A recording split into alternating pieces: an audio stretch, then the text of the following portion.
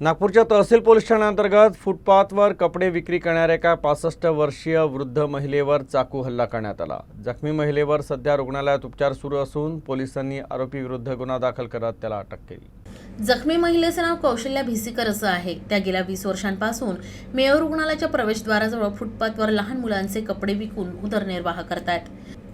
मंगळवारी सकाळच्या सुमारास जवळच चहाची टपरी चालवणारा आरोपी मनोज छोटेलाल समुद्रे तिथं आला। त्यानं महिलेला दुकान न लावण्याची धमकी दिली। यावरून दोघांमध्ये वाद झाला। वाद वाढल्यानंतर आरोपीनं शिवीगाळ करत भाजी कापण्याच्या चाकूनं वृद्ध महिलेवर हल्ला केला।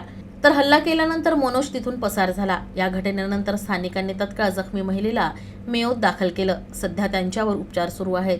तर पीडित महिलेच्या तक्रारीवरून तहसील पोलिसांनी आरोपी विरोधात गुन्हा दाखल केला असून त्याला अटक करण्यात आली आहे। आरोपी नामे मनोज छोटेलाल समुद्रे हा त्यांच्या जवळ आला आणि त्याने म्हटले की इथे दुकान लावायचे नाही। या कारणावर वाद होऊन आरोपिताने तक्रारदार महिलेस शिवीगाळ करून धमकी दिली आणि या वादामध्येच त्यांनी त्याच्याकडे असलेल्या भाजी कापाच्या चाकूने तक्रारदारास ढोंगणावर मारून जखमी केलेले आहे। सदर तक्रारीवरून आम्ही गुन्हा दाखल केलेला आहे। आम्ही घटनास्थळी जाऊन घटनास्थळाचा पंचनामा केला, आजूबाजूचे CCTV फुटेज चेक केले। तपास पथकाने यातील आरोपी मनोज समुद्रे यास डिटेन करून ताब्यात घेऊन पोलीस ठाण्याला हजर केलेले आहे। पुढील तपास माननीय वरिष्ठांच्या मार्गदर्शनात सुरू आहे।